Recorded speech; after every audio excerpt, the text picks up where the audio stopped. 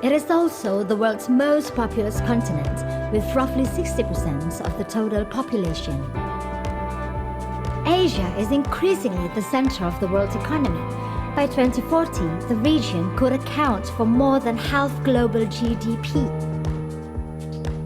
Despite its potential, Asia is the most disaster-prone region in the world. Nearly 45% of the world's natural disasters occur in the region. Natural disasters have taken the lives of millions of people throughout Asian history. In the current century, the total damage of Asia's natural disasters costed $1 trillion. Do you want to stand still and look away while the problem is there?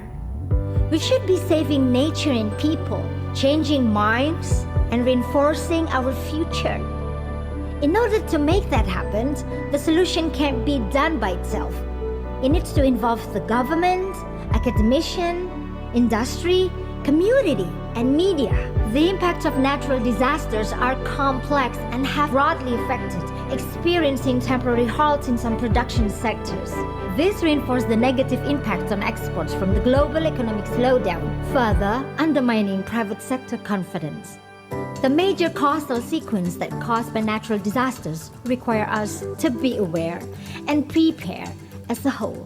Therefore, we need to build a bridge. We need to tumble down walls. We need to collaborate and integrate.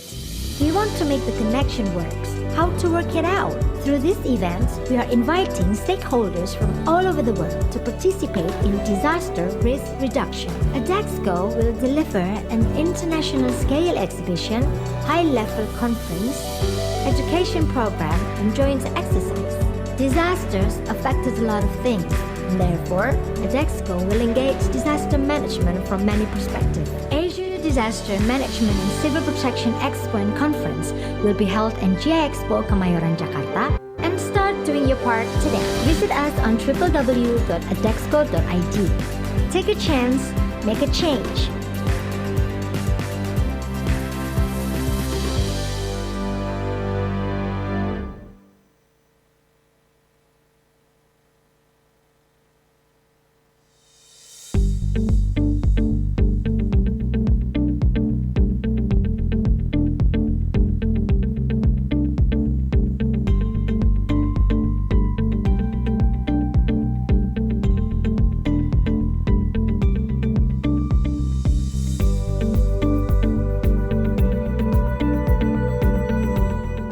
Dan kesan saya di sini itu ya semoga acara ini harapan kami itu bisa membawa kemajuan untuk khususnya untuk penanggulangan bencana di Indonesia ya. Banyak sekali relasi-relasi yang bisa kita dapatkan gitu ya di perusahaan-perusahaan dan corporate yang baik itu dari swasta maupun di government gitu ya. Ketemu hal-hal yang seru sebenarnya, dan karena saya tertarik teknologi, saya terutama teknologi drone ya, jadi ketemu teman-teman di ASTA, jadi bisa lihat nih perkembangan teknologi drone nggak cuma dari luar, ternyata dari Indonesia juga sudah makin berkembang, baik untuk pertanian, baik untuk pemetaan dan lain sebagainya.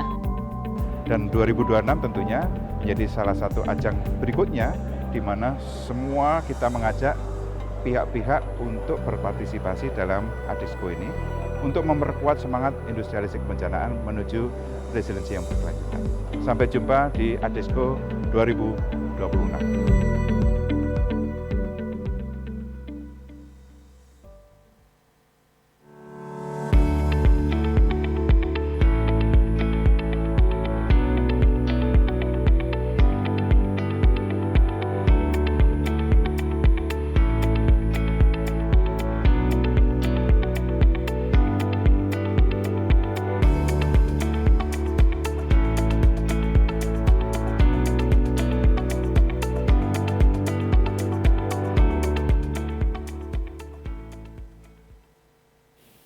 Assalamualaikum warahmatullahi wabarakatuh. Halo, apa kabar sahabat tangguh? Selamat datang di Ngopi Bareng, Ngobrol Pintar bareng BNPB.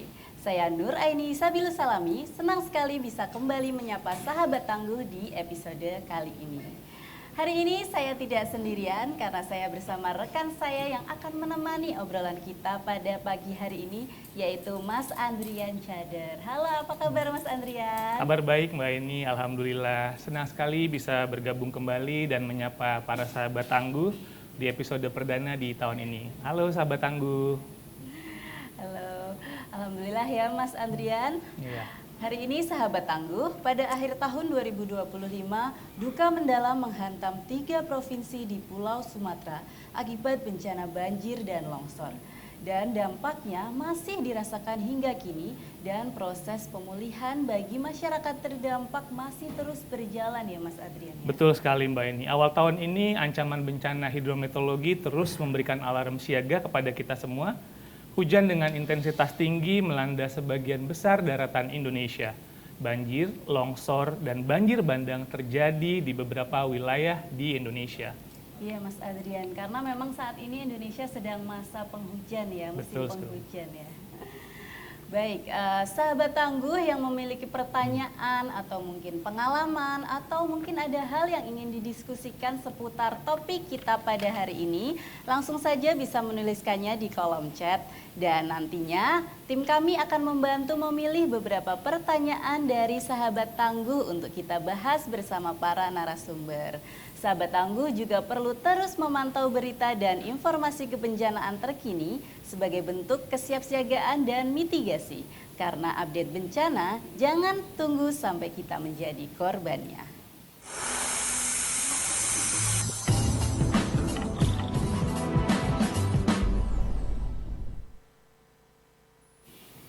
Sahabat tangguh, bencana yang melanda Sumatera tersebut menyebabkan lebih dari 20.000 jiwa harus mengungsi dan menimbulkan berbagai dampak bagi masyarakat yang terdampak. Dan kondisi ini kembali mengingatkan kita betapa pentingnya data dan informasi dari dampak bencana dikumpulkan dan disampaikan secara cepat dan akurat sebagai bahan evaluasi penanganan sekaligus pembelajaran untuk mengurangi risiko bencana di masa yang akan mendatang ya Mas Andri. Betul sekali Mbak Eni. Bencana banjir dan longsor di Sumatera juga mengajarkan kita betapa pentingnya kesiapsiagaan masyarakat dan pemerintah dalam memahami ancaman bencana di wilayah masing-masing. Dengan memahami ancaman yang ada, kita dapat membangun budaya kesiapsiagaan dan merespon bencana dengan lebih cepat dan lebih tepat. Betul Mas Andrian, pengetahuan ini tentang potensi ancaman bencana tentu tidak terlepas dari adanya data dan riwayat dari kejadian bencana yang sebelumnya ya Mas ya. Karena itu peranan data menjadi sangat krusial sahabat tangguh. Pengumpulan data yang cepat dan akurat sangat dipengaruhi oleh kelancaran komunikasi dan koordinasi, mulai dari daerah, pemerintah pusat, hingga masyarakat yang ada di lapangan ya Mas ya. Benar sekali Mbak Eni. Komunikasi menjadi kunci penting untuk memastikan data yang diperoleh di lapangan dapat diverifikasi dan divalidasi dengan baik. Selain itu, komunikasi yang efektif juga berperan dalam mengurangi kepanikan masyarakat, sekaligus membangun kepercayaan publik terhadap pemerintah dalam penanganan bencana. Disinilah keterpaduan dan semangat gotong royong menjadi sangat penting, terutama pada masa kedaruratan bencana. Ya, dan tidak hanya didukung oleh teknologi komunikasi yang andal tersebut ya Mas Andrian, tetapi juga diperlukan teknik komunikasi yang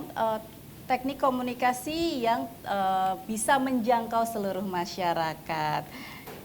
Walaupun pada saat bencana tentu saja keterbatasan akses ini juga ada begitu. Ya, Mas oleh Andri. karena itu memang inovasi teknologi komunikasi menjadi sangat penting nih Mbak Eni. Terutama untuk menjangkau wilayah-wilayah yang terdampak bencana atau memiliki keterbatasan akses. Dengan teknologi yang tepat, informasi dan data dari lapangan dapat terus terhubung dan disampaikan secara cepat kepada pihak-pihak yang membutuhkan. Nah, sahabat tangguh, untuk mengupas lebih dalam mengenai bagaimana komunikasi yang efektif ini dapat mendukung penanganan kedaruratan bencana, hari ini kita sudah kedatangan para narasumber yang luar biasa, yang berpengalaman dan juga terdepan dalam mendukung penanggulangan bencana, khususnya pada penanganan bencana banjir dan longsor di Sumatera. Yang pertama ada Bapak Teguh Harjito, Koordinator Pengelolaan Data dan Sistem Informasi dari Pusdatin Komben BNPB. Halo, apa kabar Bapak? Baik, terima kasih. Ya, baik Bapak. Semangat ya Pak untuk talk show kita hari ini.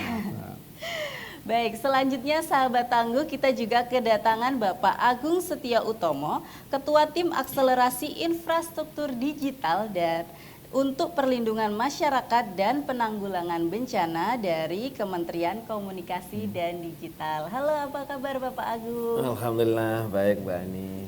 Baik, semangat ya Pak untuk talk show hari ini ya Pak. Dan narasumber berikutnya nih yang hadir secara daring nih Mbak ini. Iya.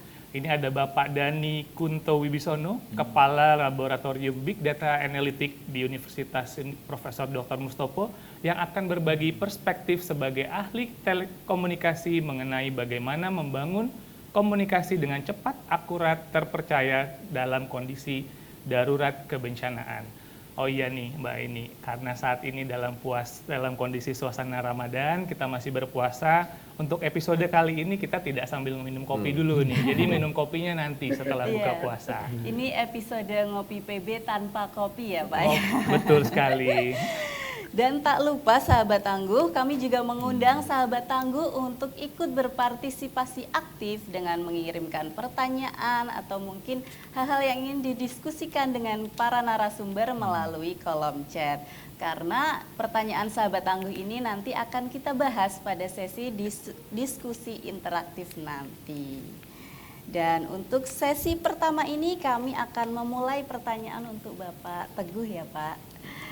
Pada saat terjadi bencana nih Pak, pasti kan terjadi banyak kepanikan dari masyarakat, baik masyarakat yang mungkin mencari keluarganya, atau mungkin masyarakat yang terdampak dan ingin mencari bantuan ke yang lain gitu Pak.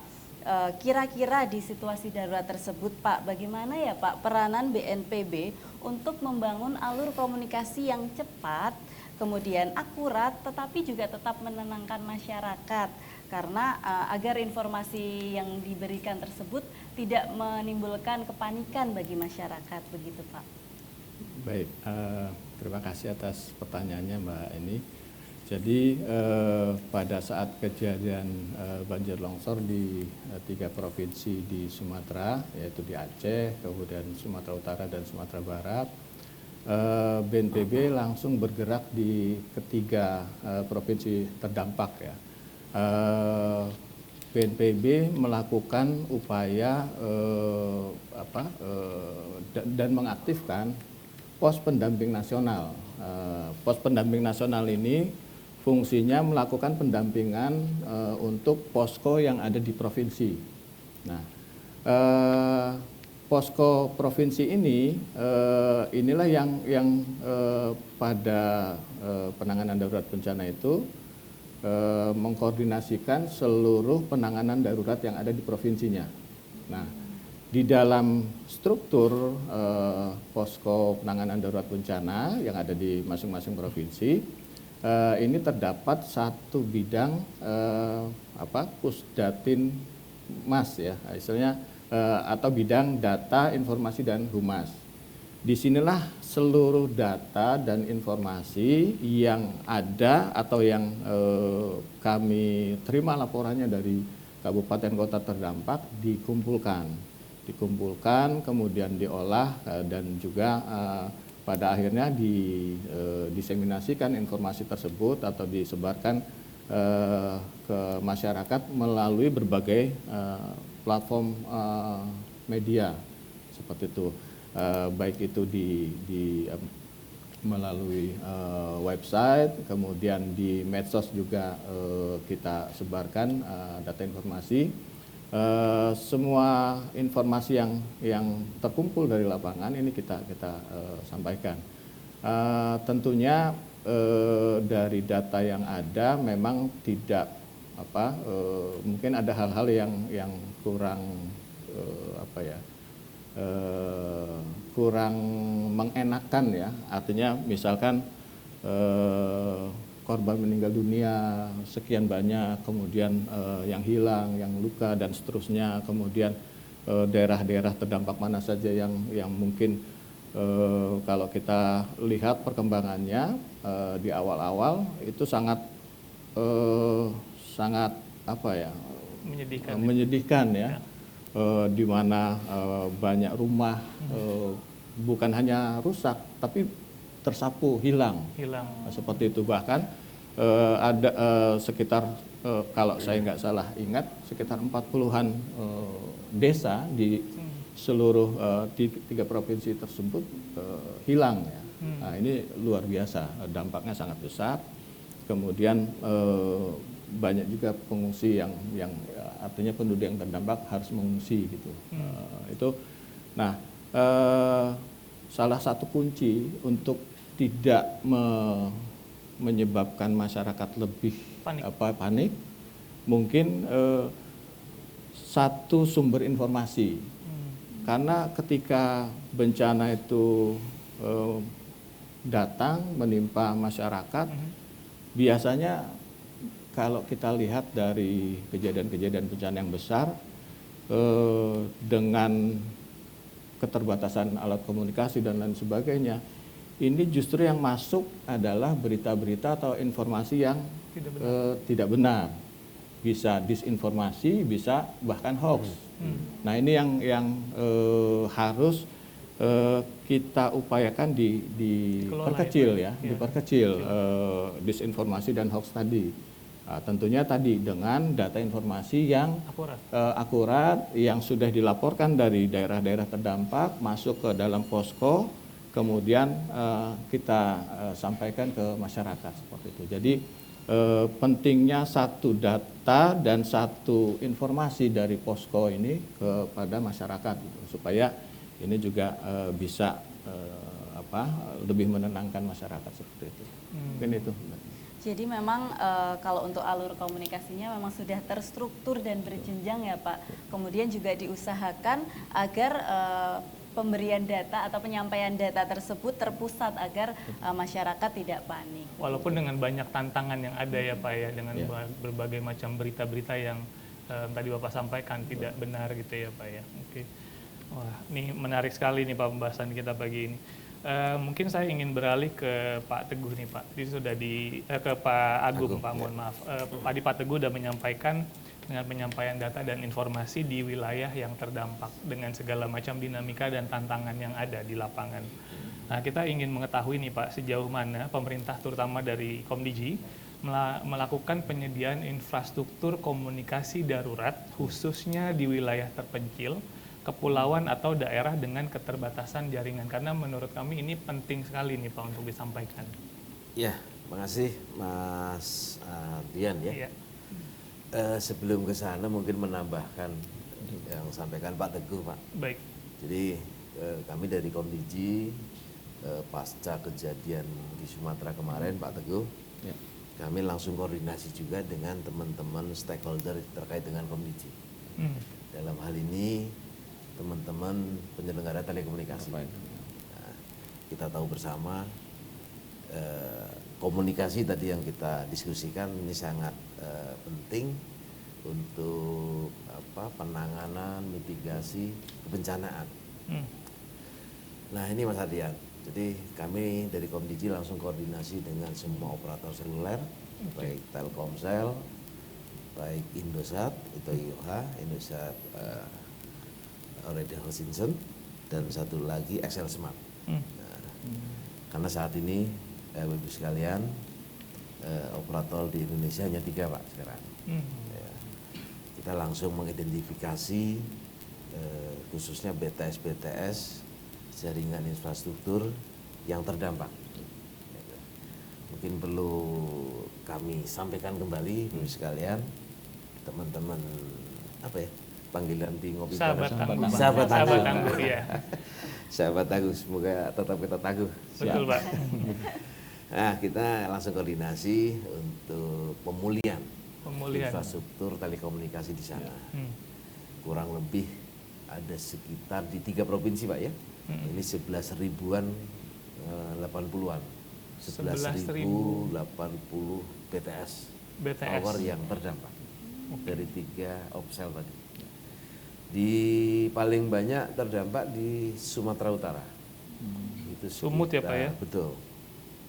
Sekitar 5.000 berapa lah ya. 5.800 sampai 6.000 Pak. Hampir setengahnya ya Pak. Iya, betul. Lanjut yang kedua di Provinsi Aceh itu 3.500-an lebih, dan di Sumatera Utara Sumatera Barat sisanya. Oke. Ya. Nah ini yang kita koordinasi langsung untuk secepatnya pemulihan. Tapi Bapak sekalian, selain kendala tadi, maksudnya kami temukan beberapa kendala terkait dengan BTS tadi. Selain koordinasi tadi, ternyata ada faktor lain yang mempengaruhi pemulihan itu, Pak Teguh. Nah, karena yang utama itu terkait dengan power, Pak.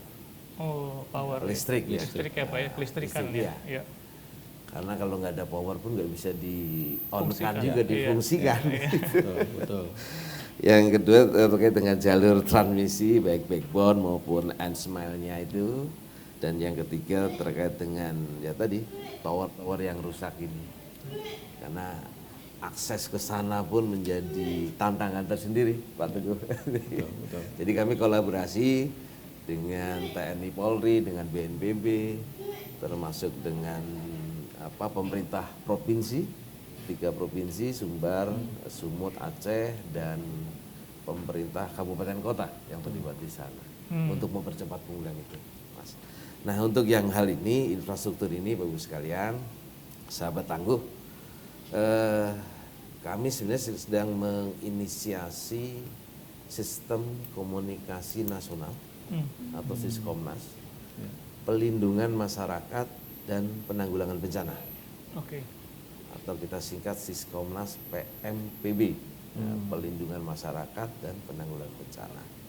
Tidak hanya, jadi kalau bencana kan tidak hanya di wilayah terpencil ya Pak ya, Pak Teguh, bisa terjadi di seluruh wilayah Indonesia lah. Tapi teman-teman BNPB sudah ada potensi-potensi wilayah mana, khususnya Sumatera Jawa. Ya. Nah, kami sebenarnya sedang menginisiasi, dan beberapa program ini sudah berjalan, Ibu sekalian, sahabat tangguh.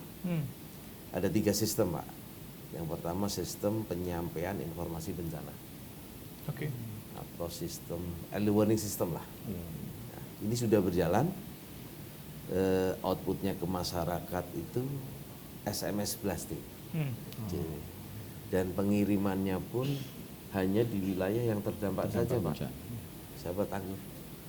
Kalau kita nggak berada di situ, nggak terdampak, ya nggak akan terima. Gitu. Dan yang utama mungkin perlu kami sampaikan, ini program dari Bu Menteri Komdigi saat ini, pimpinan dari Pak Dirjen Infrastruktur Digital dan Pak Direktur Akselerasi, bahwa tahun ini kita siapkan pengiriman EWS tadi yang berbasis teknologi CBS. CBS. Ya, atau Cell Broadcast Service. Nah ini sahabat tangguh yang ditampilkan di layar ya. Oke. Ini yang sebelah kiri. Sebelah kiri, jadi ini yang membedakan apa? Dan sekali lagi ya, nanti penyebarannya pun di wilayah yang terdampak saja, sahabat tangguh. Ini yang gambar handphone paling kiri ini yang teknologi CBS ini, sekalian. Oke. Jadi CBS ini tampilannya akan muncul di layar. Walaupun kita sedang beraktivitas, sedang membuka WA, sedang SMS atau yang lain, ini akan muncul pop up. Kalau SMS kan masuk ke fitur SMS. Iya. Kalau kita nggak buka SMS, ya apalagi sekarang. Iya. Kita sudah mungkin sudah jarang ya Pak ya, sahabat tangguh membuka SMS blast ini. Nah dengan pop up ini, mau nggak mau masyarakat akan menerima pop up ini. Dan yang kedua, selain pop up itu ada alertnya. Oke. Ada alertnya. Itu. Ini memang sudah standar dari perangkat handphone vendor telekomunikasi. Dan yang kedua, penyebarannya ini masif Bapak sekalian. Jadi kalau SMS itu teman-teman operator seluler penyebarannya melalui nomor handphone, nomor pelanggan. Iya. Gitu. Nah kalau ini pendekatannya ke perangkat. Perangkat ya Pak. Perangkat handphone kita Pak. Selama di situ ada perangkat handphone, tentu handphonenya yang bersertifikasi dari Komdigi ya, artinya yang legal. Di situ ada jaringan seluler, pasti perangkat di wilayah situ akan segera mendapatkan info pop-up EWS ini. Selain ada alert tadi. Ini sahabat tangguh, ini yang target dari Kementerian Komdigi tahun ini dengan walaupun dengan keterbatasan anggaran ya Pak ya. Betul, Pak. Kita tetap semangat karena ini untuk darurat, untuk kebencanaan. Dan kepentingan masyarakat banyak. Betul. Untuk kepentingan kita semua Mas Adrian, ya kan? Betul, Pak. Ya. Ini insya Allah tahun ini bisa diimplementasikan teknologi EWS CBS. Mungkin contohnya kalau kita ke Jepang lah Pak ya. Nah, di sana kalau karena saya pernah ke sana juga mendapatkan tadi pop-up CBS EWS. Dan satu lagi terkait dengan isi konten, sahabat tangguh. Jadi Komdigi fokusnya di jalur telekomunikasi, jalur komunikasi ke masyarakatnya. Untuk isi pesannya, baik gempa bumi, kami sudah kerjasama dengan BMKG, termasuk potensi cuaca ekstrim. Baik. Nah, untuk kebakaran hutan, lahan, kita sudah kerjasama dengan Kementerian Kehutanan. Untuk gunung api, erupsi, kita dengan PVMBG. Dan khusus untuk Pemprov DKI, itu untuk banjir di wilayah Ciliwung yang terdampak. Itu. Dan terakhir juga dengan BNPB. Nanti BNPB bisa juga memanfaatkan sistemnya Komdigi ini untuk mungkin Pak Teguh dan teman-teman bisa memformulasi kira-kira info apa. Pastinya info tangga bencana mungkin ya Pak ya ke sana. Mungkin itu Mas Ardian dan Mbak Evi. Luar biasa sekali nih Pak ya, berarti Komdigi udah melakukan berbagai hal untuk menggunakan teknologi untuk memberikan masyarakat warning gitu Pak ya, atau alert terhadap ancaman bencana yang akan datang. Ya, dan semoga pembangunan infrastruktur tadi berjalan dengan baik dan lancar ya, sehingga dapat kita rasakan segera manfaatnya. Baik, selanjutnya sahabat tangguh, kita akan beralih ke Bapak Dani. Bapak Dani, baik, tadi sudah disampaikan harapan dari dan juga proses pembangunan infrastruktur komunikasi yang sedang disusun oleh Komdigi. Kemudian waktu penanganan bencana di 3 provinsi juga sempat ada pembahasan tentang Starlink. Nah, dalam situasi bencana ketika infrastruktur komunikasi darat seperti BTS atau jaringan kabel yang sering terputus seperti yang tadi disampaikan oleh Bapak Agung, kira-kira bagaimana teknologi internet satelit orbit rendah seperti yang dikembangkan oleh Starlink ini dapat membantu menjaga konektivitas komunikasi darurat, dan apa keunggulan utamanya dibandingkan dengan solusi komunikasi lainnya, Bapak Dani? Ya, terima kasih Nana. Jadi selamat pagi sahabat Tangguh. Sahabat tangguh, Pak. Sahabat tangguh. Sahabat tangguh. Ya, selamat pagi juga Pak Teguh, tak jumpa, Pak Agung. Jadi sebenarnya terobosan baru adanya satelit orbit rendah itu atau low Earth orbit yang mungkin yang saat ini yang pertama kali establish itu adalah Starlink. Sebenarnya untuk satelit LEO yang beroperasi di Indonesia ini sudah ada beberapa. Selain Starlink ada OneWeb, kemudian ada Airbus juga. Nah, mungkin ke depan akan lebih banyak lagi operator yang akan memberikan layanan di Indonesia. Nah, tadi seperti disampaikan Pak Teguh dan Pak Agung bahwa pada saat infrastruktur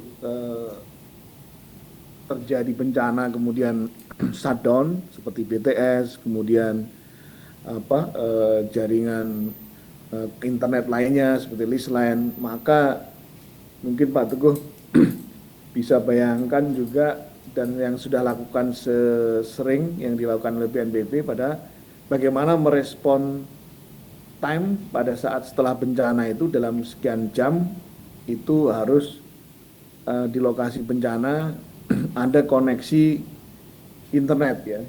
Seperti BNPB kan ada juga BPBD yang ada di kabupaten kota, tapi lokasi kantor kabupaten kota yang berada BPBD berada itu kan juga belum tentu dekat dengan lokasi bencana, maka dibutuhkan waktu untuk hadir di lokasi bencana, kemudian men-set up alat komunikasi yang bisa digunakan untuk komunikasi voice maupun data. Nah, terobosan Leo ini pertama memiliki keunggulan dia light atau alatnya ringan, kemudian real time karena seperti Starlink ini latensinya itu hanya maksimal 40 milisecond, jadi seperti video transmitter di narrowband. Kemudian kalau OneWeb yang ada Airbus itu sekitar 100 milisecond. Ini berbeda jauh dengan satelit konvensional yang high orbit seperti C-band, Q-band itu yang latensinya uplink downlinknya itu bisa 500 milisecond sampai 600 milisecond. Artinya dari segi latensi, delay, kemudian dari segi besaran bandwidth juga berbeda jauh. Nah, ini menjadi salah satu solusi seperti Starlink atau satelit Leo lainnya. Ini dapat dengan cepat dideploy di lokasi bencana.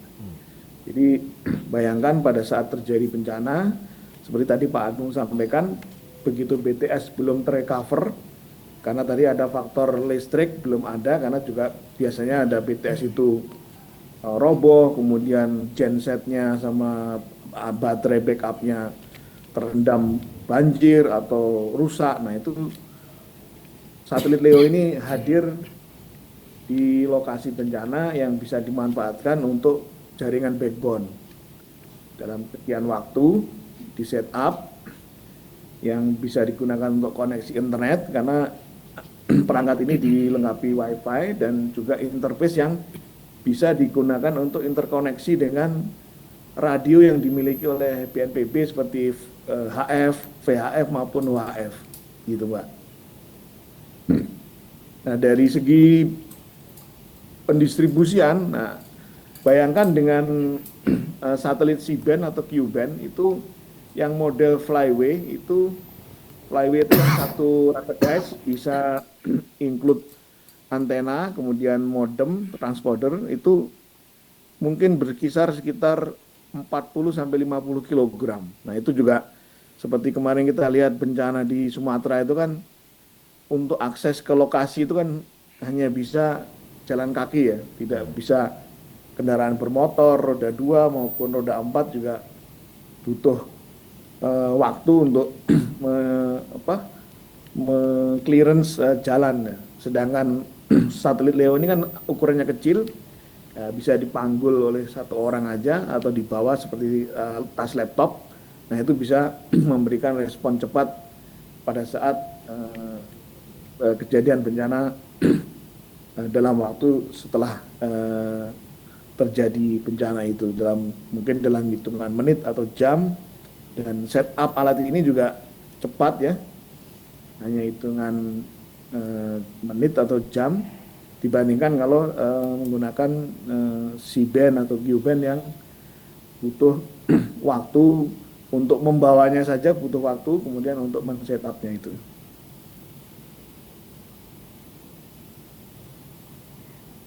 Nah, kemudian dari segi bandwidth, ini juga satelit Leo seperti Starlink ini memiliki kapasitas bandwidth besar yang bisa digunakan untuk jaringan backbone. Jadi misalkan di lokasi bencana karena butuh integrasi radio komunikasi dengan stakeholder lain, kemudian dengan Orari, dengan Rapi, atau dengan masyarakat lainnya, maka koneksi ini bisa dijadikan jaringan backbone untuk dikoneksikan ke Poldasis yang ada di BNPB. Itu Mbak. Baik, terima kasih Bapak. Memang kecepatan ini sangat dibutuhkan ya Pak dalam situasi darurat. Betul. Ya, dan tadi saya sangat tertarik nih Mas Adrian karena tadi Bapak menyampaikan kalau Starlink ini bagaikan jalan tol di langit nih Pak. Berarti kan kebayang sangat cepat ya Pak ya. Terutama dalam situasi darurat. Iya, terutama dalam situasi darurat. Baik, sahabat tangguh, itu tadi sesi pertama dari ngobrol-ngobrol kita. Sebelum masuk ke sesi ngobrol yang selanjutnya, kita simak dulu video berikut. Silahkan.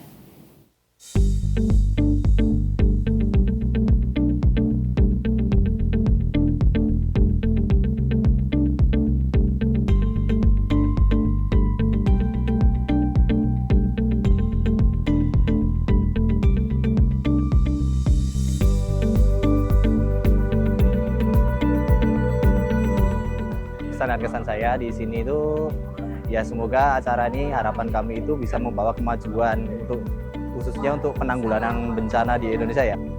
Banyak sekali relasi-relasi yang bisa kita dapatkan gitu ya di perusahaan-perusahaan dan corporate yang baik itu dari swasta maupun di government gitu ya. Ketemu hal-hal yang seru sebenarnya, dan karena saya tertarik teknologi, saya terutama teknologi drone ya, jadi ketemu teman-teman di ASTA, jadi bisa lihat nih perkembangan teknologi drone nggak cuma dari luar, ternyata dari Indonesia juga sudah makin berkembang, baik untuk pertanian, baik untuk pemetaan dan lain sebagainya. Dan 2026 tentunya menjadi salah satu ajang berikutnya di mana semua kita mengajak pihak-pihak untuk berpartisipasi dalam Adesco ini untuk memperkuat semangat industrialisasi kebencanaan menuju resiliensi yang berkelanjutan. Sampai jumpa di Adesco 2026.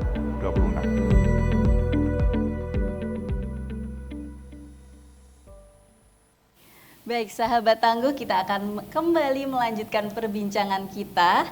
Tadi kita sudah membahas mulai dari mekanisme menjaga komunikasi tetap berjalan dalam situasi darurat, kemudian juga peran infrastruktur komunikasi hingga keunggulan Starlink di Indonesia ini. Nah, dari diskusi tersebut kita dapat melihat bahwa keandalan teknologi menjadi satu pondasi yang sangat penting dalam memastikan informasi kebencanaan dapat tersampaikan secara cepat dan akurat di negara kepulauan seperti Indonesia. Nah, Mas Andrian, Mas, kalau kita bicara lebih jauh nih Mas, bagaimana sebenarnya strategi pemanfaatan dari perkembangan teknologi saat ini agar komunikasi kebencanaan di Indonesia dapat semakin efektif dan mungkin terintegrasi? Baik Mbak Eni, bicara teknologi untuk komunikasi, kebetulan sekali setiap tahun nih kita menyelenggarakan kegiatan Adesco nih Mbak Eni. Adesco ini singkatan dari Asia Disaster Management and Civil Protection Expo and Conference yang pertama kali dilaksanakan pada tahun 2022 bersamaan dengan acara Global Platform for Disaster Risk Reduction pada saat di Bali. Adesco ini bukan hanya sekedar forum, tapi juga wadah berbagi pengalaman dan informasi terkait perkembangan teknologi peralatan terkini yang dapat berperan dalam penanggulangan bencana. Wow, luar biasa sekali. Betul. Ya Mas Adesco ini. Kita sahabat tangguh, kita akan kembali lagi ke narasumber yang pertama yaitu Bapak Teguh. Tadi kan kita sudah berbicara ya Pak terkait teknologi komunikasi yang bisa menjadi solusi ketika saat darurat seperti yang dikembangkan oleh Starlink yang tadi disampaikan oleh Pak Dhani. Mungkin bisa diceritakan juga Bapak bagaimana pengalaman pada saat penanganan darurat di Sumatera yang lalu, bagaimana teknologi komunikasi itu sangat membantu pada saat penanganan bencana. Baik, ketika akhir November ya 2025 yang lalu terjadi bencana banjir dan longsor di 3 provinsi tersebut, banyak fasilitas umum yang terdampak dan salah satu yang sangat kritis ini adalah jembatan dan jalan. Dari terputusnya jembatan jalan ini menyebabkan tadi disampaikan Pak Agung, upaya perbaikan BTS yang terdampak ini agak terkendala. Nah, ini cukup banyak memakan waktu. Kemudian juga yang tidak kalah kritisnya sumber energi listrik ya. Listrik saat itu juga terkendala, khususnya yang di daerah Aceh ya. Kebetulan saya ditugaskan di Aceh waktu itu. Ini sangat terdampak dari jalan jembatan yang putus, kemudian listrik juga bisa dikatakan terputus ya di beberapa kabupaten kota terdampak. Menyebabkan tadi perbaikan BTS mungkin secara teknis sudah diperbaiki, tapi tidak bisa dioperasikan karena listriknya nggak ada gitu kan. Nah, upaya perbaikan ke sana juga ke lokasi itu sangat berat. Jadi BNPB saat itu juga pada akhirnya mendukung dengan mengerahkan helikopter ya untuk membawa genset yang ukuran besar dan lain sebagainya seperti itu. Nah,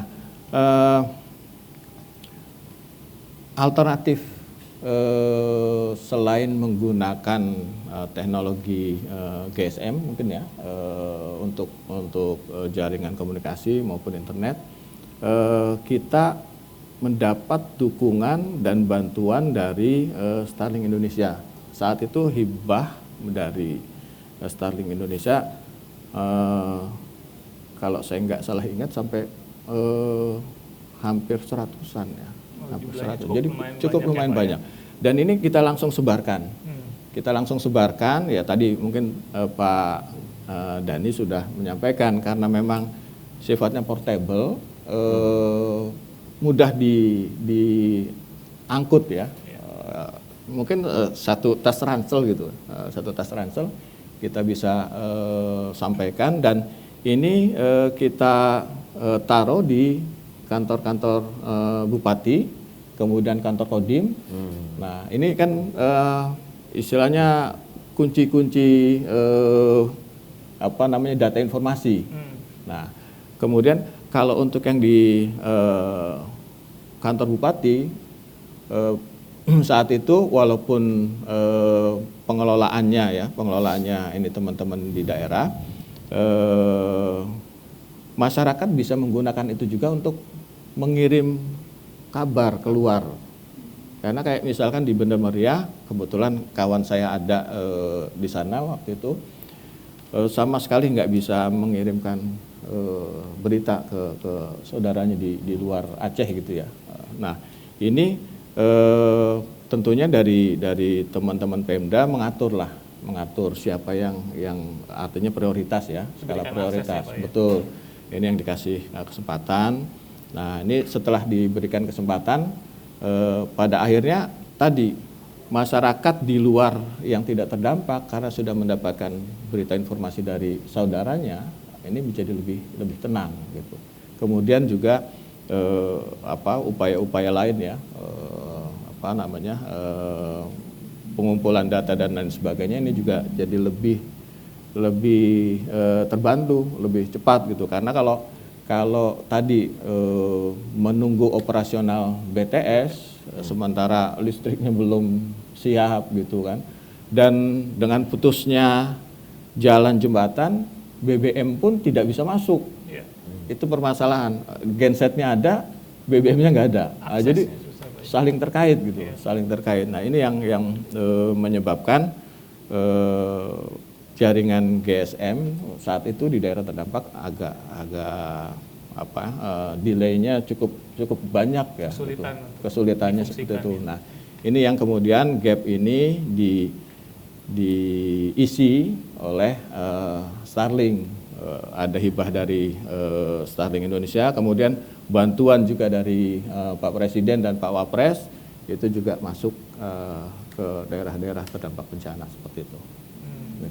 Jadi perkembangan teknologi yang sudah diimplementasikan pada saat kejadian, pada saat Betul. gempa ini. Jadi memang sangat mendukung ya, apalagi dalam proses pengoperasian sebelum nanti bisa dilakukan komunikasi kembali ya Pak. Setelah BTS dibangun, difungsikan Betul. kembali. Ya. Nah, selanjutnya kami ingin beralih ke Pak Agung nih Pak. Ya.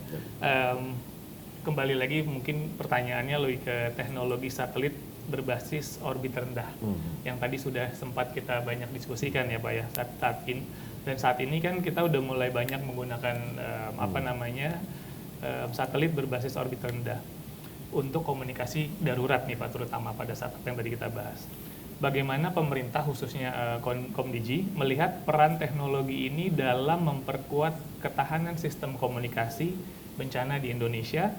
Jadi kita ingin melihat dukungan seperti apa yang Komdigi persiapkan atau telah lakukan khususnya pada saat kondisi kedaruratan. Ya, makasih Mas Ardian.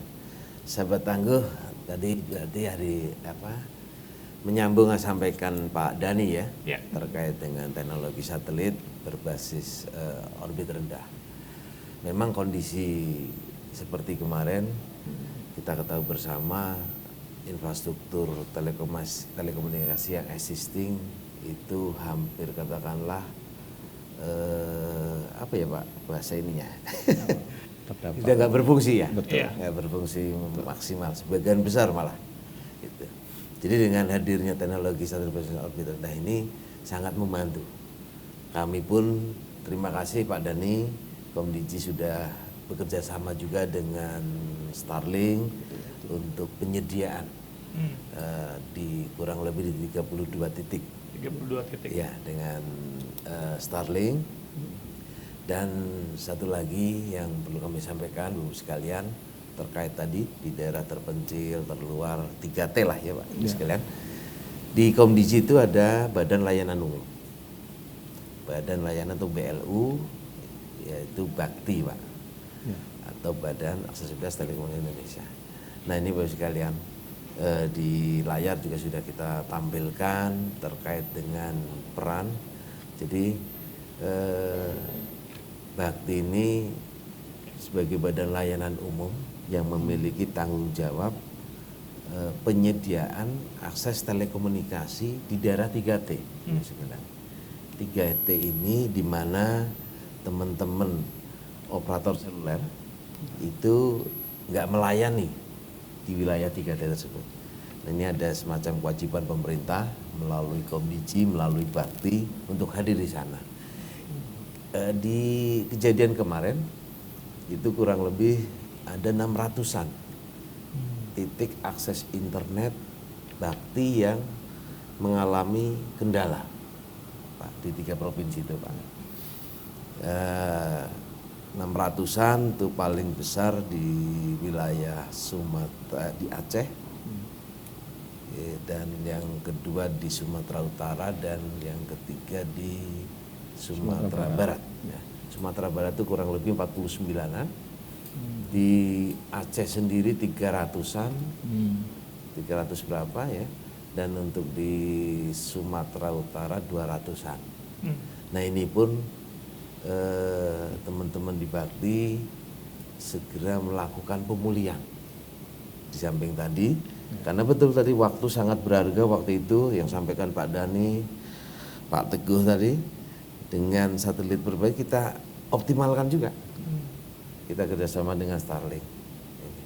Nah selain itu Bapak sekalian, yang di Bakti menambah juga selain 600 tadi, ada penambahan 10 titik ya untuk akses yang baru. Misalnya di posko, katakanlah di comment center atau media center yang dibangun di mana di situ belum ada, Komdigi melalui Bakti hadir di sana. Itu Mas, jadi untuk teknologi ini memang kita harus update ya, tidak bisa mengandalkan teknologi yang konvensional. Kita selalu mengikuti perkembangan zaman, termasuk yang berbasis orbit rendah. Walaupun di Bakti juga Bapak sekalian, kita memiliki satelit yaitu Satria. Nah, ini Satria juga untuk yang di daerah 3T tadi. Gitu.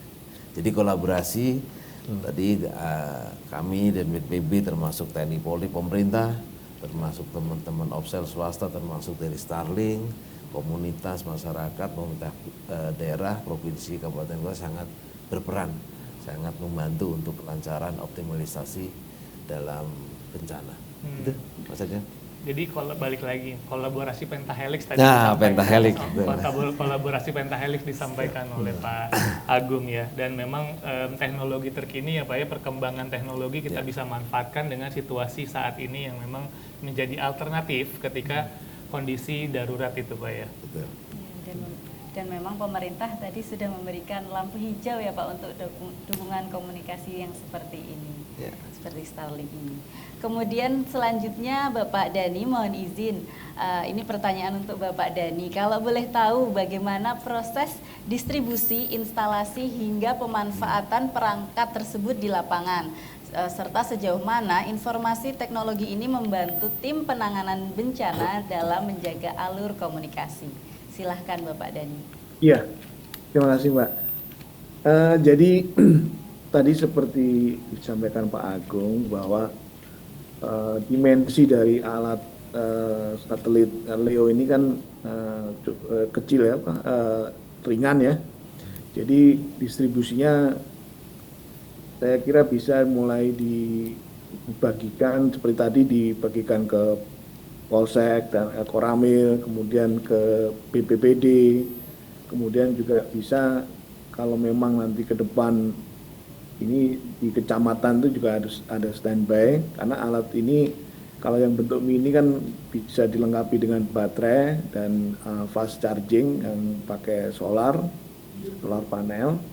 Kemudian dari sebenarnya alat ini itu lebih kepada penyediaan bandwidth besar pada saat diperlukannya dukungan posko di lokasi bencana, karena bandwidthnya besar nanti bisa dipakai untuk video conference, kemudian akses ke data Pusdatin di BNPB, kemudian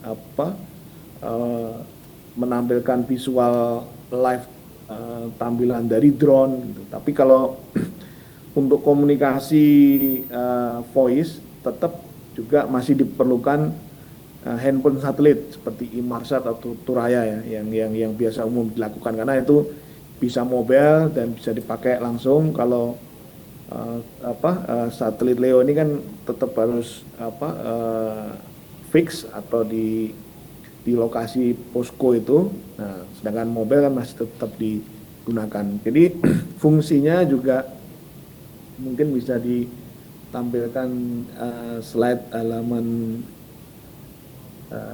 7 ya Mbak. Jadi fungsi dukungan dari satelit orbit rendah ini biasanya kan pada saat ada bencana setelah sekian jam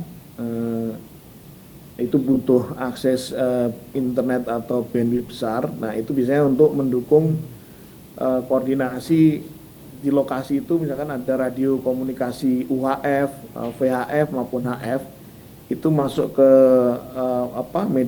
mediation gateway yang kemudian menggunakan jalur backbone, sehingga radio trunking VHF, UHF yang di lokasi bencana yang di set up setelah sekian jam tadi itu bisa berkomunikasi dengan luar daerah bencana itu, misalkan dengan kecamatan lain, dengan kabupaten lain, dengan provinsi, termasuk dengan pusat, dengan BNPB atau instansi yang lain di pusat. Nah ini fungsi dari satelit LEO ini yang memiliki latensi yang rendah dan bandwidth yang lebar. Jadi di situ bisa diintegrasikan dari mulai video, data, kemudian radio komunikasi, termasuk kalau memang arahnya bahwa pada saat bencana juga di set up 4G atau 5G private network. Nah itu juga bisa digunakan untuk satelit LEO ini koneksi ke pusat pengendalian. Nah kemudian distribusi seperti tadi pada saat diperlukan itu dibawa oleh personel.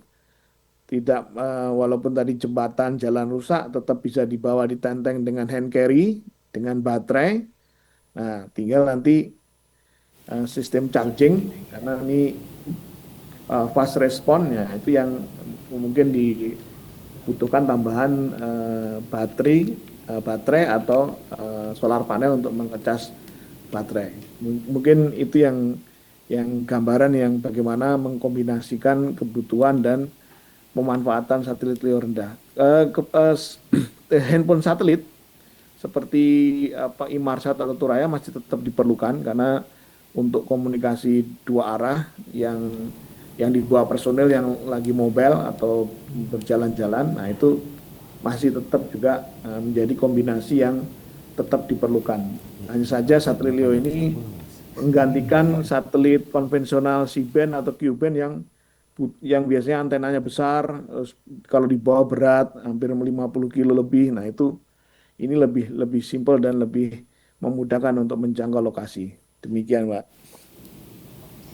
Baik, terima kasih Bapak. Berarti memang proses instalasi tersebut dapat dilakukan dengan cepat dan efektif ya Pak, sehingga dapat dilakukan segera untuk berkomunikasi.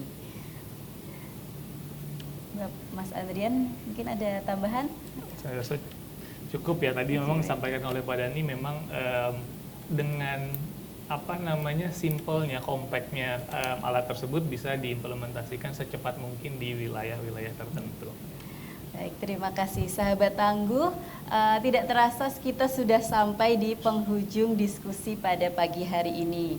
Dan sebelum kita akhiri, mungkin dari Bapak Teguh, Bapak Agung, dan juga Bapak Dhani dapat disampaikan mungkin pesan dan harapan untuk para sahabat tangguh agar ke depan sistem komunikasi kebencanaan Indonesia ini dapat semakin handal, cepat, dan terpercaya. Mungkin kita mulai dari Bapak Teguh ya Pak.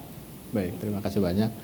Sahabat tangguh, sebagai penutup mungkin ya, ketika bicara terkait penanggulangan bencana, maka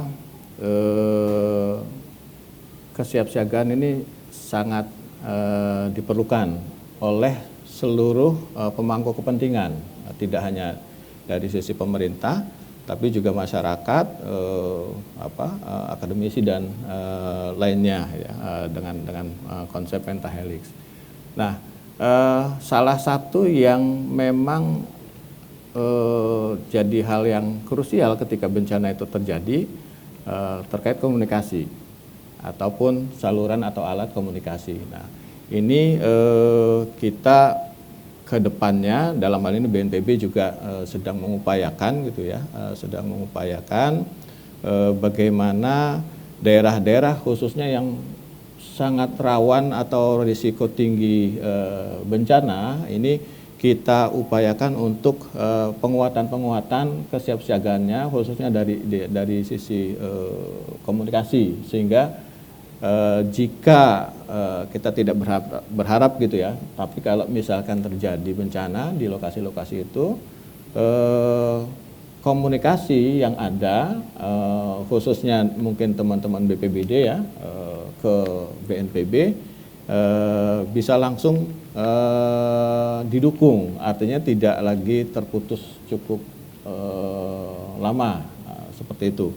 Nah, ini kita ke depan sedang menyiapkan program ekosistem aksi dini, seperti itu. Jadi tidak hanya peringatan dininya, tapi juga kita membuatkan ekosistem supaya ketika ada potensi bencana yang tinggi, ini sudah bisa langsung digerakkan dan komunikasi tadi tidak putus, seperti itu. Nah, itu harapan kita bersama mungkin ya, dan tentunya nanti ujungnya adalah bermanfaat untuk masyarakat.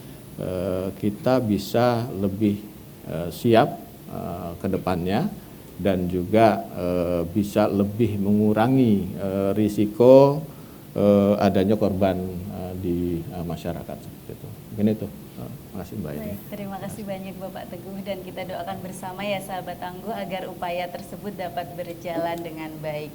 Selanjutnya mungkin kami juga minta pesan dan harapan dari Bapak Agung. Silahkan Pak Agung. Ya, makasih Mbak. Sahabat tangguh yang kami cintai, kami dari Komdiji khususnya terkait dengan komunikasi, telekomunikasi, menginisiasi beberapa hal tadi yang sempat saya sampaikan, dan perlu ada dukungan dari semua pihak. Perlu dukungan juga dari masyarakat bahwa saat ini sistem komunikasi nasional kebencanaan atau kedaruratan yang kita inisiasi ada yang sudah berjalan, yang existing tadi SMS Blast. Dan satu hal, dalam agenda ngopi bareng ini kami sampaikan juga selain SMS Blast untuk mendapat informasi bencana itu saat ini sudah bisa tampil di layar TV digital. Nah, kita tahu bersama 2-3 tahun yang lalu Indonesia sudah beralih teknologi dari sistem penyiaran analog ke digital. Nah, dengan sistem digital ini bisa menampilkan kurang lebih 30-40% dari layar televisi, pop up juga, bukan running tag, pop up. Nah, bahkan di level yang awas ada 3 level. Untuk yang 30-40% ini untuk level siaga dan waspada. Yang untuk level yang awas atau katakanlah potensi tsunami ya, ini layar TV digital akan tertutup 100%. Selain itu ada alertnya juga, ada alarmnya juga di situ. Nah, ini memang sosialisasi dari pemerintah sepertinya kurang masif. Ini melalui ngopi bareng ini kami sampaikan ke sahabat tangguh untuk menerima informasi bencana melalui digital. Sahabat tangguh jangan lupa untuk menginput atau mengisi kode pos di sesuai wilayahnya tentu. Kode pos di perangkat TV digital bagi yang TV-nya sudah digital. Kalau TV-nya yang analog pasti harus tambahkan alat set-top box atau STB. Di perangkat STB itu pun ada fitur untuk memasukkan kode pos. Nah, melalui ngopi bareng ini tadi kepedulian kita bersama selain SMS Blast di perangkat handphone yang nanti kita tingkatkan CBS, di TV digital pun bisa. Dengan catatan Bapak Ibu sekalian harus memasukkan kode pos karena penyebarannya atau tampilan di TV ini berdasarkan kode pos. Dan sekali lagi semua ini penyebarannya hanya di wilayah yang terdampak. Dan satu hal lagi terkait dengan sistem komunikasi radio, Pak Teguh, Pak Dani, kami juga kita tahu bersama saat ini teman-teman seperti Radio RIK atau HT ya, ini kan teknologinya masih narrowband. Kita akan tingkatkan menjadi broadband atau PSLTI. Jadi nanti jangkauan tentu lebih luas dan dia seperti handphone, bisa untuk talk, bisa untuk video dan foto dan lain-lain. Tentu ini harus ada alokasi frekuensi yang khusus, yang ini yang Komdiji lagi disiapkan frekuensi khusus untuk kebencanaan. Mungkin itu closing penutup dari kami, saya kembalikan ke Mbak Ade. Terima kasih. Terima kasih Bapak Agung. Jadi sahabat tangguh jangan lupa dukungannya ya untuk input lokasi karena teknologi ini berbasis lokasi. Selanjutnya mungkin kami juga meminta pesan dan harapan dari Bapak Dani agar ke depan sistem komunikasi kebencanaan di Indonesia ini dapat semakin handal dan cepat seperti logonya, seperti tagline-nya Starlink tadi ya, jalan tol di langit. Silahkan Bapak Dani. Ya, terima kasih Mbak. Jadi pada dasarnya bahwa teknologi berkembang terus dan regulator tadi seperti Pak Agung sampaikan dan stakeholder seperti BNPB juga mengikuti dengan begitu agresif perkembangan ini. Namun teknologi canggih pun juga harus mendapat dukungan dari semua stakeholder dan semua masyarakat untuk merawat. Jadi tidak hanya membeli tapi merawatnya. Ini yang seringkali masih sering kita jumpai peralatan-peralatan early warning yang hilang atau diambil oleh pihak yang tidak bertanggung jawab. Nah, ini tentunya jangan lagi terjadi seperti ini. Karena efeknya ke masyarakat banyak terkait keselamatan sangat penting. Itu dari saya, Mbak. Terima kasih. Pak, terima kasih banyak Bapak Dhani atas pesan dan harapannya. Bapak Dhani ini, baik, selanjutnya sahabat tangguh,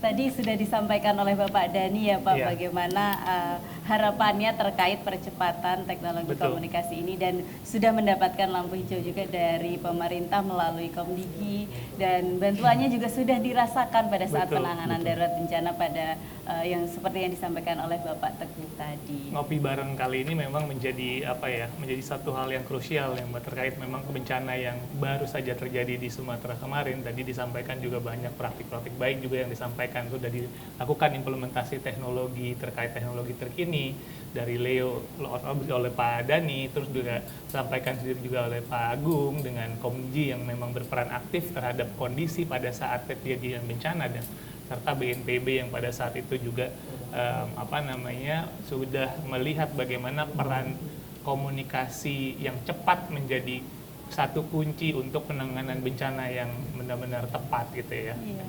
Memang komunikasi ini menjadi satu alat yang sangat krusial ketika terjadi kebencanaan. Kita dengan adanya teknologi yang terbaru kini sangat bisa kita implementasikan ya Pak ya. Gitu. Sambil kita menunggu, tadi Bapak sampaikan ketika terjadi bencana, infrastruktur untuk BTS-nya itu bisa difungsikan kembali gitu ya. Dan tentu saja memang kita membutuhkan dukungan bersama ya, dukungan sahabat tangguh sekalian, tidak hanya peran pemerintah di sini yang terlibat, tetapi juga setiap lapisan masyarakat. Kesadaran masyarakat, kesadaran sahabat tangguh juga penting. Iya. Baik, sahabat tangguh, kami ucapkan terima kasih banyak kepada Bapak Teguh, Bapak Agung, dan juga Bapak Dhani, dan tak lupa semua sahabat tangguh yang telah menyaksikan semua obrolan kita pada pagi hari ini. Semoga obrolan kita pada pagi hari ini bermanfaat bagi kita semua, dan jangan lupa sahabat tangguh, catat dan daftarkan diri kalian pada Adexco di G-Expo Kemayoran pada tanggal 9 hingga 12 September 2026. Untuk update berita seputar bencana dan Adexco, silahkan follow sosial media BNPB Indonesia dan juga adexco.co.id.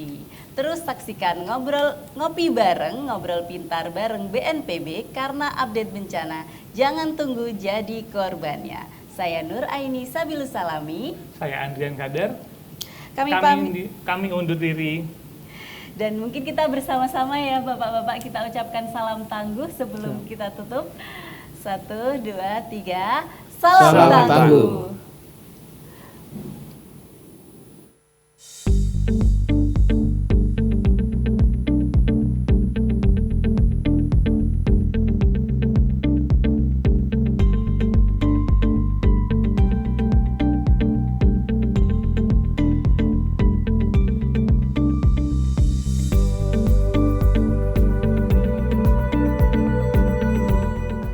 Kesan saya di sini itu ya, semoga acara ini, harapan kami itu bisa membawa kemajuan khususnya untuk penanggulangan bencana di Indonesia ya. Banyak sekali relasi-relasi yang bisa kita dapatkan gitu ya di perusahaan-perusahaan dan corporate yang baik itu dari swasta maupun di government gitu ya. Ketemu hal-hal yang seru sebenarnya, dan karena saya tertarik teknologi, saya terutama teknologi drone ya, jadi ketemu teman-teman di ASTA, jadi bisa lihat nih perkembangan teknologi drone nggak cuma dari luar, ternyata dari Indonesia juga sudah makin berkembang, baik untuk pertanian, baik untuk pemetaan dan lain sebagainya. Dan 2026 tentunya menjadi salah satu ajang berikutnya di mana semua kita mengajak pihak-pihak untuk berpartisipasi dalam Adexco ini untuk memperkuat semangat industrialisasi kebencanaan menuju resiliensi yang berkelanjutan. Sampai jumpa di Adexco 2026.